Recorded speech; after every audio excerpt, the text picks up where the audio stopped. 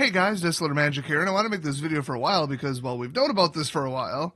On one of the new uncards from the new undeck, Surgeon Not General Commander, one of the mythics, by the way, it's the Wombat Bat Chameleon, legendary creature. It says whenever you augment, enchant, or mutate a creature you control, draw a card. Now, augment was the whole stick two cards together thing from Un, and you probably know what the rest are, except for mutate. So somebody asked Mark on his blog, now we know what two of these are, but not mutate. Is that a joke similar to Steam Flogger Boss's Contraption Assembly, which, that's a whole thing I don't want to get into, but yeah, they referenced something, and it was like a time travel thing, and it was supposed to be from the future, and people kept mentioning it for a decade. But he says, does combining creatures with Grusilda count as mutating?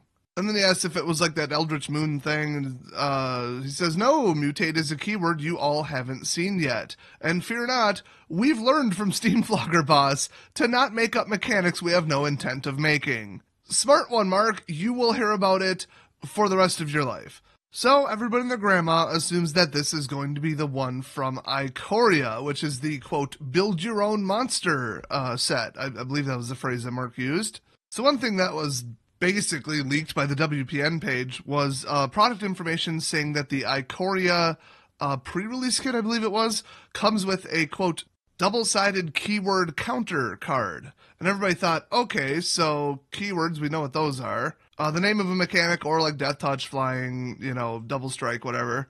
And the timing on it, maybe they thought this unset was going to come out after it, or maybe they intended this to be like a hint or whatever. So this being the closest set, that does make sense. Basically, that the ability mutate would be, okay, drop a different keyword on it or drop an additional keyword on it, whatever. So the question is, how are they going to do it? Because is it going to be wide open? Is it going to be like a list of like 6 or 7 evergreen abilities and that's it? Kind of like those cards in the past where they say if any other creature you control has double strike, then this creature gains double strike, and then it lists like a couple more, but not every keyword ever. Well, and obviously it has to be, enough keywords to fit on one single double-sided card. So, everybody's assuming, well, they're counter cards, which should be those perforated punch-out cards where you, like, punch out the little squares, like the brick counters and the exhaustion indicators. I hate to call them counters. When I hear counters, I think counters. But, yeah, it's all coming together to be a thing where, you build your own custom monsters. So the monster would obviously have mutate, and you would drop whatever you want. Flying. I need this creature to be flying. Cool. I'll do whatever to put flying on it.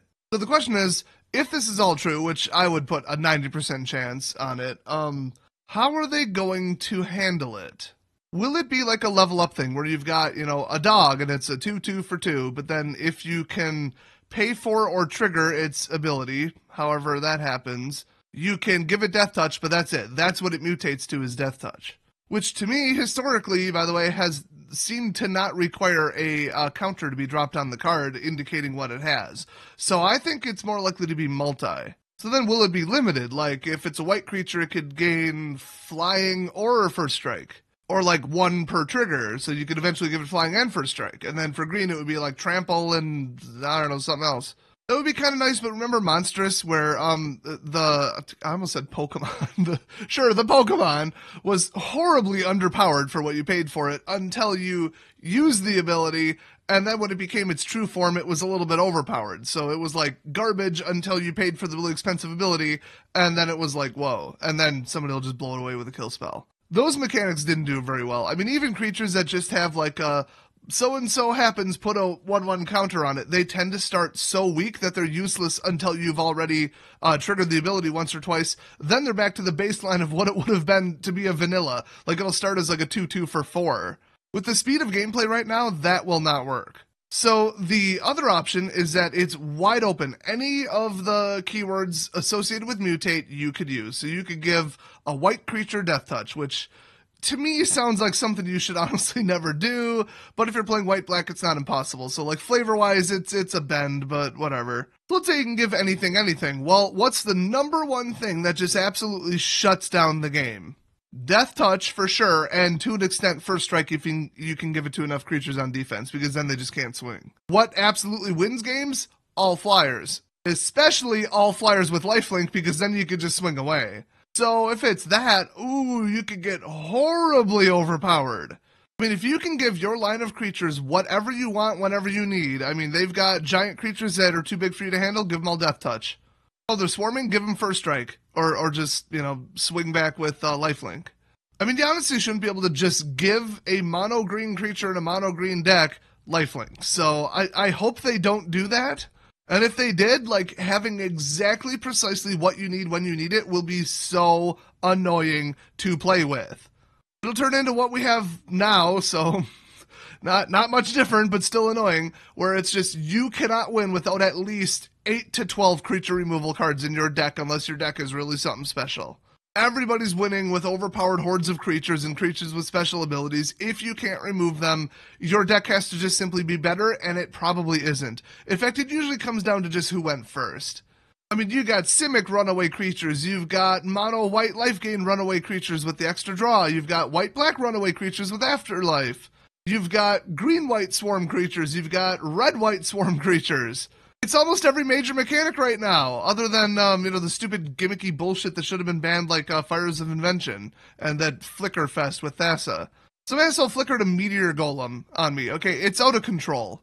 But even then, you gotta remove Thassa, so it's like exile and remove creatures or force sack, or you lose. And that's gonna be the case if you're trying to win, like, a fairly legitimate, vanilla normal game, and they've got 6 Death Touchers, because you are not getting past them. Every time you swing, you're gonna lose a creature. So I'm not looking forward to that if that's what they're gonna do. But that nightmare scenario assumes that, like, the mutate ability wouldn't cost, like, 5 or 6, where you can dump all your resources into doing it once to one creature per turn. You could still run away with the game with that, but not very quickly. That would actually be a fairly mellow trade-off, where, okay, you used all your mana, you can't cast anything, you can't do anything, you can't add to the board state, but now one of your creatures has a new ability. And, if it was like a 5/5 creature, you gotta pay way more maybe, like Monstrous. And then if it's, a 1/1 for 1 and you just want to give it Death Touch, maybe it's like 3 mana or something. The other thing is, what if it's not mana? What if it's a conditional trigger that you have only partial control over? Now that would be how you implement this. If it says every time a creature enters the battlefield, you can change the keyword by doing mutate. Hopefully not add a keyword. You can't always consistently on every turn let a creature enter the battlefield. Or it could be like whenever a creature you control dies, then mutate. Okay, now you can only do it if your board state is shrinking. That would be a more calm way to do it other than just dump mana into it, especially with Simic getting virtually limitless mana. I mean, a pay-for mutate ability that's just pure mana would not work right now with the card that untaps all of your lands, Wilderness Reclamation.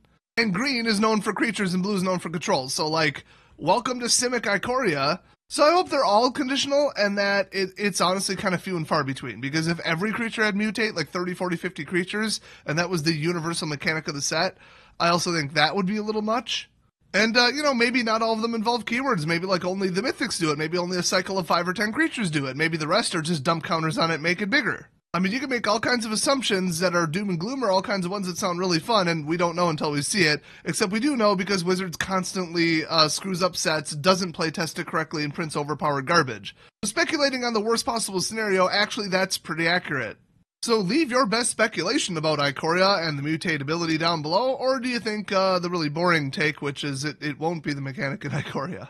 But, I mean, I'll be honest with you, if it's not called mutate, it'll be called something else. It'd be exactly what I just described, because we already know that it's a build-your-own creature thing, and that we're going to have keyword overlays for it. Maybe it only mutates when you take 2 creatures and smash them together into one, kind of like a bestow thing. That would be interesting. The artwork we saw does look like multiple creatures kind of put into, like, a chimera together, It didn't look like just a dog or just an alligator or just whatever. It looked like a hybrid of a bunch of different stuff. But that could be just the mutate thing, where, oh, now it looks like a werewolf because it has double strike. So yeah, it should be interesting. I think within just a couple weeks, honestly, we're going to start seeing the spoilers for it. So that should be interesting. Until then, thanks for watching, and I'll see you guys next video.